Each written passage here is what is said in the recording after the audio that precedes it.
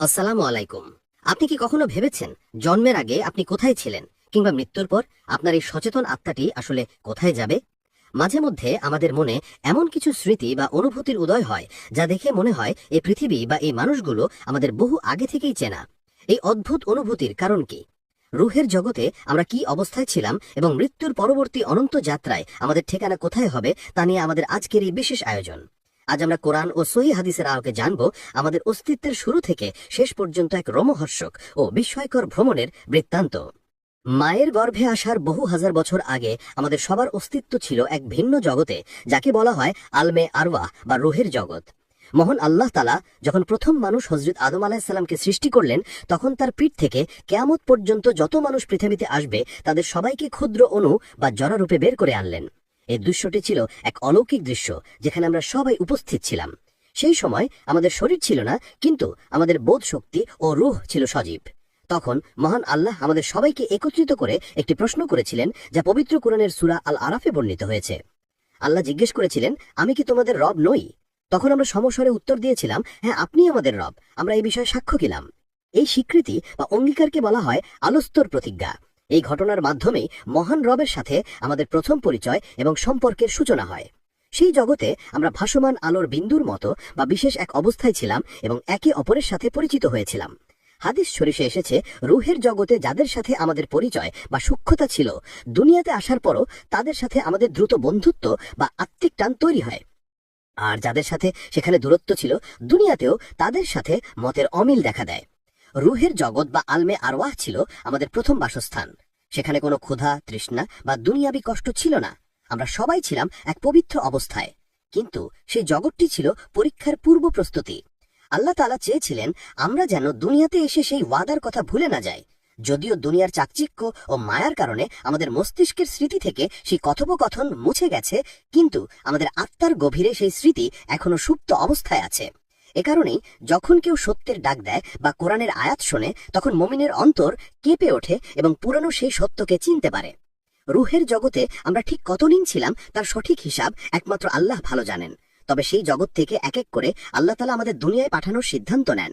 এই পাঠানোর প্রক্রিয়াটি অত্যন্ত সুশৃঙ্খল। যখন কোনো মায়ের গর্ভে শিশু আসে, তখন সে প্রাথমিকভাবে কেবল একটি মাংসপিণ্ড বা জড় পদার্থ হিসেবে থাকে। এরপর গর্ভাবস্থায় নির্দিষ্ট একটি সময় পার হওয়ার পর আল্লাহ তাআলা একজন ফেরেশতাকে পাঠান। সহিহ বুখারী ও মুসলিম শরীফে বর্ণিত হাদিস অনুযায়ী, মায়ের গর্ভে শিশুটির বয়স যখন 4 মাস বা 120 দিন পূর্ণ হয়, তখন ওই ফেরেশতা আল্লাহর হুকুমে আলমে আরওয়াহ থেকে সেই নির্দিষ্ট রূহটি নিয়ে আসেন এবং শিশুটির শরীরে ফুঁকে দেন। এই মুহূর্তটিতেই একটি জড়দেহ জীবন্ত মানুষে পরিণত হয়। মায়ের গর্ভে রূহ প্রবেশের পর থেকেই আমাদের দুনিয়াবি হায়াত শুরু হয়ে যায়। সেই ফেরেশতা তখন ওই সন্তানের তাকদীর, অর্থাৎ তার রিজিক, তার হায়াত, সে কি কাজ করবে এবং সে কি দুর্ভাগ্যবান হবে নাকি সৌভাগ্যবান হবে তা লিখে দেন। এভাবেই রুহের জগৎ থেকে আমরা আমাদের দ্বিতীয় জগৎ অর্থাৎ মাতৃগর্ভে স্থানান্তরিত হই। এরপর নির্দিষ্ট সময় শেষে আমরা এই পৃথিবীতে ভূমিষ্ঠ হই। পৃথিবীতে আমরা যে জীবন অতিবাহিত করি তা আসলে আমাদের অনন্ত যাত্রার খুবই সামান্য একটি অংশ মাত্র। আমরা মনে করি মৃত্যুই বুঝি সব শেষ, কিন্তু ইসলাম আমাদের জানায় মৃত্যু হলো এক জগৎ থেকে আরেক জগতে স্থানান্তরের নাম মাত্র। দুনিয়ার হায়াত শেষ হওয়ার ঠিক আগ মুহূর্তে যখন মালাকুল মাউত বা মৃত্যু নির্ধারিত ফেরেশতা আমাদের সামনে এসে দাঁড়াবেন, তখন আমাদের চোখের পর্দা সরে যাবে। আমরা এমন সব দৃশ্য দেখতে পাবো যা সাধারণ অবস্থায় দেখা সম্ভব নয়। মৃত্যুর ঠিক সেই মুহূর্তে একজন মুমিন এবং একজন পাপীর রুহের সাথে কি আচরণ করা হয় এবং দেহ থেকে রুহ বের করার পর তাকে কোথায় নিয়ে যাওয়া হয় তা জানা প্রতিটি মানুষের জন্য অত্যন্ত জরুরি। কারণ এই যাত্রাপথটি অত্যন্ত সংবেদনশীল এবং ভীতিপ্রদ। দেহ থেকে প্রাণ বের হওয়ার পর সেই রুহ কি আকাশে মিলিয়ে যায়, নাকি তাকে কোনো বিশেষ স্থানে সংরক্ষণ করা হয়, এ নিয়ে হাদিসে বিস্তারিত বিবরণ রয়েছে। মৃত্যুর ঠিক আগ মুহূর্তে মানুষের দৃষ্টিশক্তির প্রখরতা অস্বাভাবিকভাবে বেড়ে যায় এবং সে এমন সব ফেরেশতাদের দেখতে পায় যারা তার রুহ কবজ করার জন্য অপেক্ষা করছে। হাদিস শরীফে বর্ণিত হয়েছে, যখন একজন ইমানদার ব্যক্তির মৃত্যুর সময় ঘনিয়ে আসে, তখন আসমান থেকে উজ্জ্বল চেহারার ফেরেশতারা নেমে আসেন, যাদের চেহারা সূর্যের মতো দীপ্তিমান। তাদের সাথে থাকে জান্নাতের কাফন এবং জান্নাতের সুগন্ধি। তারা মৃতপ্রায় ব্যক্তির দৃষ্টিসীমার মধ্যে বসে থাকেন। এরপর মালাকুল মাউত বা জান কবজকারী ফেরেশতা এসে তার মাথার কাছে বসেন এবং বলেন, হে প্রশান্ত আত্মা, তুমি তোমার রবের ক্ষমা এবং সন্তুষ্টির দিকে বেরিয়ে এসো। তখন সেই মুমিন বান্দার রূহ শরীর থেকে এত সহজে এবং মসৃণভাবে বেরিয়ে আসে, যেমন কলস বা পাত্রের মুখ দিয়ে পানির ফোঁটা গড়িয়ে পড়ে। রূহ বের হওয়ার সাথে সাথে উপস্থিত রহমতের ফেরেশতারা চোখের পলকে সেই রুহটিকে জান্নাতি রেশমি কাপড়ে জড়িয়ে ফেলেন এবং সেই সুগন্ধি মাখিয়ে দেন। তখন সেই রূহ থেকে এমন চমৎকার ঘ্রাণ বের হতে থাকে যা পৃথিবীর সবচেয়ে উৎকৃষ্ট মেসকের চাইতেও সুমিষ্ঠ। এরপর ফেরেশতারা তাকে সম্মানের সাথে আসমানের দিকে নিয়ে যেতে থাকেন। তারা যখনই ফেরেশতাদের কোনো দলের পাশ দিয়ে অতিক্রম করেন তখন তারা জিজ্ঞাসা করেন, এই পবিত্র রুহটি কার? তখন তাকে দুনিয়াতে যে সুন্দর নামে ডাকা হতো সেই নাম উল্লেখ করে পরিচয় দেওয়া হয়। এভাবে প্রথম আসমানের দরজায় পৌঁছানোর পর দরজা খোলার অনুমতি চাওয়া হয় এবং তাদের জন্য দরজা খুলে দেওয়া হয়। প্রতিটি আসমানের নিকটবর্তী ফেরেশতারা পরবর্তী আসমান পর্যন্ত তাকে এগিয়ে দিয়ে আসেন। এভাবে সপ্তম আসমান পর্যন্ত পৌঁছানোর পর মহান আল্লাহ তাআলা বলেন, আমার এই বান্দার আমলনামা ইল্লিনে বা সর্বোচ্চ মর্যাদাপূর্ণ স্থানে লিখে রাখো এবং তাকে আবার জমিনে তার দেহের কাছে ফিরিয়ে নিয়ে যাও, কারণ আমি মাটি থেকেই তাদের সৃষ্টি করেছি, মাটিতেই তাদের ফিরিয়ে দেব এবং পুনরায় মাটি থেকেই তাদের বের করব। পক্ষান্তরে যখন কোনো কাফির বা পাপিষ্ঠ ব্যক্তির মৃত্যুর সময় হয় তখন আসমান থেকে কুৎসিত ও কালো চেহারার ফেরেশতারা নেমে আসেন, যাদের সাথে থাকে চট বা অমসৃণ দুর্গন্ধযুক্ত কাপড়। এরপর মালাকুল মাউত তার মাথার কাছে বসে বলেন, হে খবিশ আত্মা, আল্লাহর ক্রোধ ও শাস্তির দিকে বেরিয়ে এসো। এই ডাক শুনে ভয়ে তার রূহ শরীরের ভেতর পালানোর চেষ্টা করে এবং ছড়িয়ে পড়ে। তখন মালাকুল মাউত তার রূহকে শরীর থেকে এমনভাবে টেনে হিঁচড়ে বের করেন যেমন ভেজা পশমের ভেতর থেকে কাঁটাযুক্ত লোহার শিক বা ডাল জোরে টান দিলে যেমন পশম ছিঁড়ে চলে আসে। রূহ বের করার পর তার শরীর থেকে মরালাশের পচা দুর্গন্ধের মতো বিকট গন্ধ বের হতে থাকে। আযাবের ফেরেশতারা সেই রূহকে ওই দুর্গন্ধযুক্ত চটে জড়িয়ে আকাশের দিকে নিয়ে যায়। তারা যখনই ফেরেশতাদের কোনো দলের পাশ দিয়ে যায় তখন তারা ঘৃণার সাথে জিজ্ঞাসা করেন, এই নিকৃষ্ট রূহটি কার? তখন দুনিয়ার সবচেয়ে খারাপ নামগুলো দিয়ে তাকে পরিচয় করানো হয়। প্রথম আসমানের দরজায় পৌঁছানোর পর দরজা খোলার অনুমতি চাওয়া হয়, কিন্তু তার জন্য আসমানের দরজা খোলা হয় না। এই প্রসঙ্গে পবিত্র কোরআনে আল্লাহ তাআলা বলেছেন, তাদের জন্য আকাশের দরজাগুলো খোলা হবে না এবং তারা জান্নাতে প্রবেশ করতে পারবে না যতক্ষণ না সুইয়ের ছিদ্র দিয়ে উট প্রবেশ করে। এরপর আল্লাহ তাআলা নির্দেশ দেন তার আমলনামা সিজ্জিনে বা জমিনের সর্বনিম্ন স্তরে কয়েকখানে লিখে রাখার জন্য। তখন তার রূহকে সেখান থেকে সজোরে জমিনে নিক্ষেপ করা হয় এবং সে পুনরায় তার মৃতদেহের কাছে ফিরে আসে। আসমান থেকে ফিরে আসার পর রূহ যখন আবার তার মৃতদেহে প্রবেশ করানো হয় তখন শুরু হয় কবরের জগৎ বা আলমে বারজাখের আসল পরীক্ষা। দুনিয়ার মানুষ লাশ দাফন করে চলে যাওয়ার পর মৃত ব্যক্তি তাদের জুতার আওয়াজ পর্যন্ত শুনতে পায়। ঠিক সেই মুহূর্তে তার কাছে উপস্থিত হন দুইজন ভয়ঙ্কর দর্শন ফেরেশতা, যাদের নাম মুনকার এবং নাকির। তারা মৃত ব্যক্তিকে উঠিয়ে বসান এবং 3টি অত্যন্ত গুরুত্বপূর্ণ প্রশ্ন করেন যা তার অনন্তকালের ঠিকানা নির্ধারণ করে দেয়। এই প্রশ্নগুলো কি এবং কবরের সেই অন্ধকার ও সংকীর্ণ ঘরে রূহের সাথে তখন ঠিক কি ঘটে তা জানা আমাদের জন্য অত্যন্ত জরুরি, কারণ এই ধাপটি পার হতে না পারলে পরবর্তী প্রতিটি ধাপ কঠিন থেকে কঠিনতর হয়ে যায়। আত্মীয় স্বজন এবং বন্ধুরা যখন মৃতদেহকে কবরের অন্ধকার প্রকোষ্ঠে রেখে দাফন কাজ শেষ করে ফিরে যেতে থাকে তখন মৃত ব্যক্তি সেই নির্জনতায় তাদের পায়ের জুতোর শব্দ শুনতে পায়। ঠিক সেই মুহূর্তেই কবরের নীরবতা ভেদ করে আবির্ভূত হন দুইজন ফেরেশতা, যাদের নাম মুনকার এবং নাকির। তারা মৃত ব্যক্তিকে উঠিয়ে বসান এবং 3টি অত্যন্ত গুরুত্বপূর্ণ প্রশ্ন করেন যা তার অনন্তকালের ঠিকানা নির্ধারণ করে দেয়। প্রথম প্রশ্ন, তোমার রব কে? দ্বিতীয় প্রশ্ন, তোমার দিন বা জীবন ব্যবস্থা কি ছিল? এবং তৃতীয় প্রশ্ন, রাসূলুল্লাহ সাল্লাল্লাহু আলাইহি ওয়াসাল্লামের দিকে ইঙ্গিত করে বলা হয়, এই ব্যক্তিটিকে যদি মৃত ব্যক্তি দুনিয়াতে ইমানদার ও নেককার হয় তবে আল্লাহ তাআলা তাকে সঠিক উত্তর দেওয়ার তৌফিক দান করেন। সে ধীরস্থিরভাবে উত্তর দেয়, আমার রব আল্লাহ, আমার দিন ইসলাম এবং ইনি হলেন আল্লাহর রাসূল হযরত মুহাম্মদ সাল্লাল্লাহু আলাইহি ওয়াসাল্লাম। তখন আসমান থেকে এক ঘোষক ঘোষণা করেন, আমার বান্দা সত্য বলেছে, সুতরাং তার জন্য জান্নাতের বিছানা বিছিয়ে দাও, তাকে জান্নাতের পোশাক পরিয়ে দাও এবং তার কবরের সাথে জান্নাতের একটি দরজা খুলে দাও। তখন জান্নাতের স্নিগ্ধ বাতাস ও সুঘ্রাণ তার কবরে আসতে থাকে এবং তার কবরকে দৃষ্টি সীমা পর্যন্ত প্রশস্ত করে দেওয়া হয়। এরপর তার কাছে এক সুদর্শন সুগন্ধিযুক্ত নেকটি এসে উপস্থিত হয় এবং বলে, আমি তোমার নেক আমল, আজ থেকে কিয়ামত পর্যন্ত আমি তোমার সাথী হিসেবে থাকব। তখন সেই মুমিন বান্দা আনন্দে আত্মহারা হয়ে আল্লাহকে বলতে থাকে, হে রব, এখনই কিয়ামত কায়েম করুন যাতে আমি আমার জান্নাতের নেয়ামত ভোগ করতে পারি। অন্যদিকে যদি মৃত ব্যক্তি দুনিয়াতে অবিশ্বাসী বা মুনাফিক হয় তবে সে ফেরেশতাদের প্রশ্নের উত্তরে ভয়ে কাঁপতে কাঁপতে বলে, হায় আফসোস, আমি কিছুই জানি না, লোকেরা যা বলতো আমিও তাই বলতাম। তখন আসমান থেকে ঘোষণা আসে, সে মিথ্যা বলেছে, তার জন্য জাহান্নামের বিছানা বিছিয়ে দাও এবং জাহান্নামের দিকে একটি দরজা খুলে দাও। তখন জাহান্নামের প্রচন্ড উত্তাপ ও বিষাক্ত বাতাস তার কবরে প্রবেশ করতে থাকে। এরপর মাটি তাকে এমন ভাবে চাপ দেয় যে তার এক পাশের পাঁজরের হাড় অন্য পাশে ঢুকে যায়। তার কাছে এক কুৎসিত দুর্গন্ধযুক্ত ব্যক্তি এসে দাঁড়ায় এবং বলে, আমি তোমার সেই খারাপ আমল যা তুমি দুনিয়াতে করতে।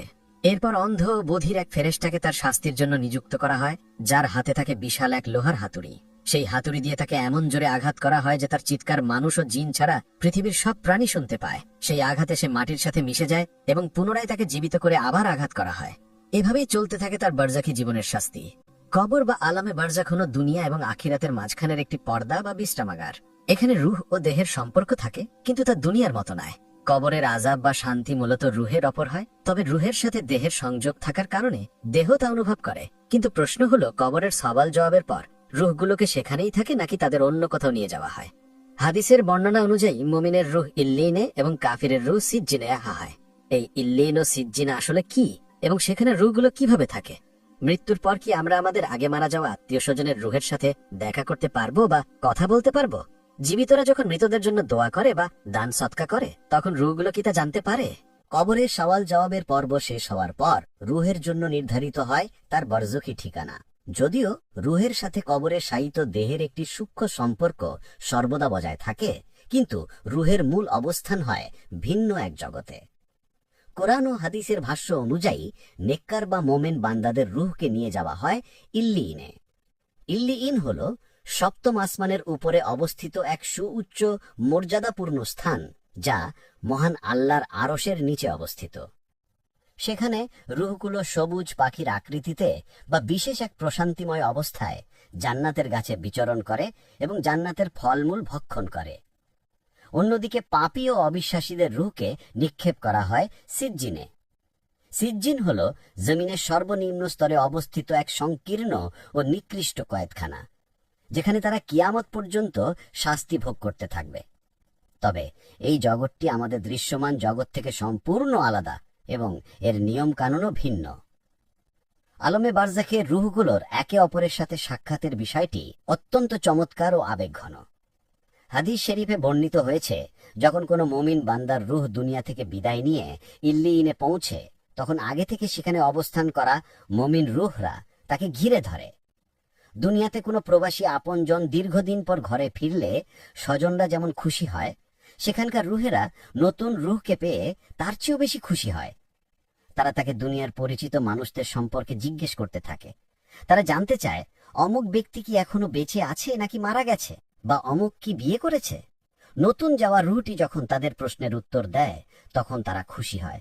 কিন্তু যদি বলা হয় যে অমুক ব্যক্তি তো অনেক আগেই মারা গেছে, তখন তারা হতাশ হয়ে বলে, ইন্না লিল্লাহ, সে তো আমাদের কাছে আসেনি। তার মানে তাকে সিজ্জিনে বা জাহান্নামের পথে নিয়ে যাওয়া হয়েছে। এই বর্ণনা থেকে বোঝা যায়, নেককার রুহরা বরজাখী জীবনে একে অপরের সাথে মিলিত হয় এবং ভাব বিনিময় করে। জীবিতদের সাথে মৃতদের সম্পর্কের বিষয়টিও ইসলামে খুব সুন্দরভাবে ফুটে উঠেছে। আমরা যখন দুনিয়া থেকে আমাদের মৃত মা বাবা বা আত্মীয় স্বজনের জন্য দোয়া করি বা দান সৎকা করি, তখন তা তাদের কাছে উপহারের মতো পৌঁছায়। হাদিসে বলা হয়েছে, মৃত ব্যক্তি কবরের ডুবন্ত মানুষের মতো অসহায় অবস্থায় থাকে এবং সে অধীর আগ্রহে অপেক্ষা করে কখন তার সন্তান বা আপনজন তার জন্য দোয়া করবে। যখন কেউ তাদের জন্য ইস্তেগফার বা ক্ষমা প্রার্থনা করে, তখন কবরে তাদের মর্যাদা বাড়িয়ে দেওয়া হয় বা শাস্তি কমিয়ে দেওয়া হয়। তখন মৃত ব্যক্তি অবাক হয়ে জিজ্ঞেস করে, হে রব, আমার এই মর্যাদা কোথা থেকে এলো? তখন বলা হয়, তোমার সন্তান দুনিয়াতে তোমার জন্য ক্ষমা প্রার্থনা করেছে। এছাড়াও জীবিত আত্মীয়দের আমল মৃতদের সামনে পেশ করা হয়। আমরা যদি ভালো কাজ করি, তবে আমাদের মৃত স্বজনরা খুশি হন, আর যদি খারাপ কাজ করি, তবে তারা কষ্ট পান এবং আল্লাহর কাছে আমাদের হেদায়েতের জন্য দোয়া করেন। তাই আমাদের উচিত এমন কাজ করা যা আমাদের পরলোকগত স্বজনদের জন্য আনন্দের কারণ হয়। বারজাখী জগৎ বা কবরের এই জীবন কিয়ামত পর্যন্ত চলতে থাকবে। এটি হলো দুনিয়া এবং আখিরাতের মাঝখানের একটি ওয়েটিং রুম বা বিশ্রামাগার। ইল্লিইনের সুখ বা সিজ্জিনের কষ্ট আসলে মূল জান্নাত বা জাহান্নাম নয়, বরং তা মূল ফলাফলের একটি ছোট নমুনা মাত্র। আসল বিচার এবং চূড়ান্ত ফায়সালা হবে কিয়ামতের দিন, যেদিন হযরত ইসরাফিল আলাইহিস সালাম সিঙায় কিউ দেবেন এবং মহাবিশ্বের সবকিছু ধ্বংস হয়ে যাবে। এরপর দ্বিতীয় ফু দেওয়ার সাথে সাথে সমস্ত রূহ তাদের পুরনো দেহে ফিরে আসবে এবং সবাই হাসরের ময়দানে আল্লাহর সামনে দণ্ডায়মান হবে। সেই দিনটি হবে অত্যন্ত ভয়াবহ ও দীর্ঘ। সেই দিনের বিচার এবং জান্নাত বা জাহান্নামের চূড়ান্ত ফায়সালা কিভাবে হবে?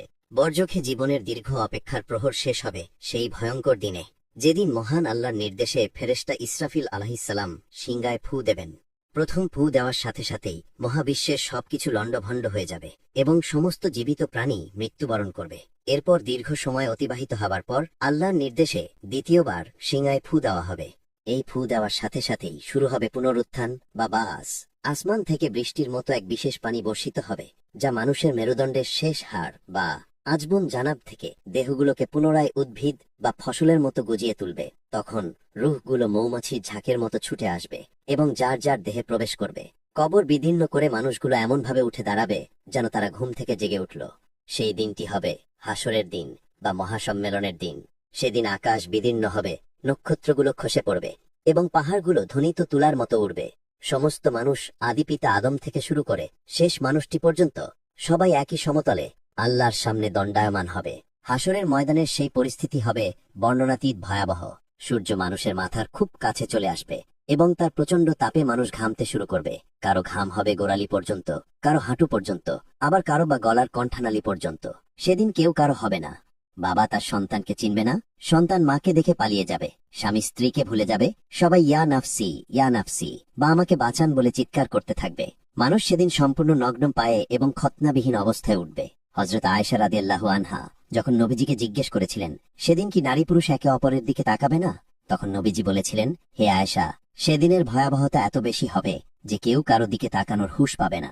সেই কঠিন দিনে কেবল তারাই আল্লাহর আরশের নিচে ছায়া পাবে যারা দুনিয়াতে ন্যায়পরায়ণ ছিল এবং আল্লাহর ভয়ে যৌবনের গুনাহ থেকে বেঁচেছিল। এরপর শুরু হবে হিসাব নিকাশ বা পাল্লায় আমল মাপার পালা। মিজান বা পাল্লা স্থাপন করা হবে এবং মানুষের আমলনামা উড়িয়ে দেওয়া হবে। যাদের ডান হাতে আমলনামা আসবে তারা আনন্দে চিৎকার করে বলবে, দেখো আমার আমলনামা পড়ে লেখো। আর যাদের বাম হাতে বা পিঠের পেছন দিক থেকে আমলনামা দেওয়া হবে তারা বলবে, হায় যদি আমি মাটি হয়ে যেতাম। সেদিন অনুপরিমাণ ভালো কাজ এবং অনুপরিমাণ খারাপ কাজেরও হিসাব নেওয়া হবে। এরপর মানুষকে পুলসিরাত বা জাহান্নামের ওপর স্থাপিত সেতুর ওপর দিয়ে পার হতে বলা হবে। এই সেতুটি চুলের চেয়েও সূক্ষ্ম এবং তরবারির চেয়েও ধারালো হবে। নিচে থাকবে দাউ দাউ করে জ্বলতে থাকা জাহান্নামের আগুন। মানুষের ঈমান ও আমলের আলো অনুযায়ী তারা এই সেতু পার হবে। কেউ বিদ্যুতের গতিতে, কেউ বাতাসের গতিতে, আবার কেউ হামাগুড়ি দিয়ে পার হবে। আর পাপীরা কেটে টুকরো টুকরো হয়ে জাহান্নামে পতিত হবে। যারা পুলসিরাত পার হয়ে জান্নাতের দরজায় পৌঁছাবে তাদের জন্য অপেক্ষা করছে চিরস্থায়ী সুখ ও শান্তি। জান্নাতে প্রবেশ করার পর তারা আর কখনো বৃদ্ধ হবে না, কখনো অসুস্থ হবে না এবং তাদের কোনো দুঃখ থাকবে না।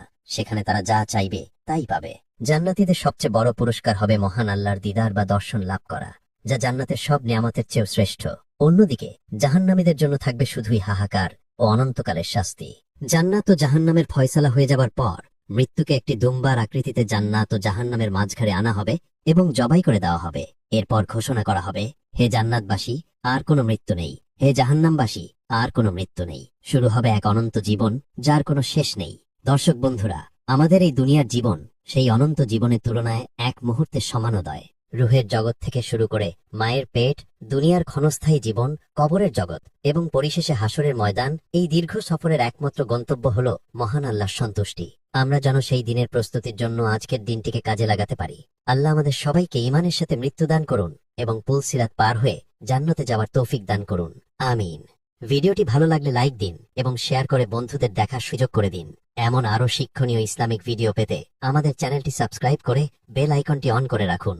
দেখা হবে আগামী ভিডিওতে নতুন কোনো বিষয়ের সাথে। ততক্ষণ পর্যন্ত আল্লাহ আপনাদের সুস্থ ও নিরাপদ রাখুন। আল্লাহ হাফেজ।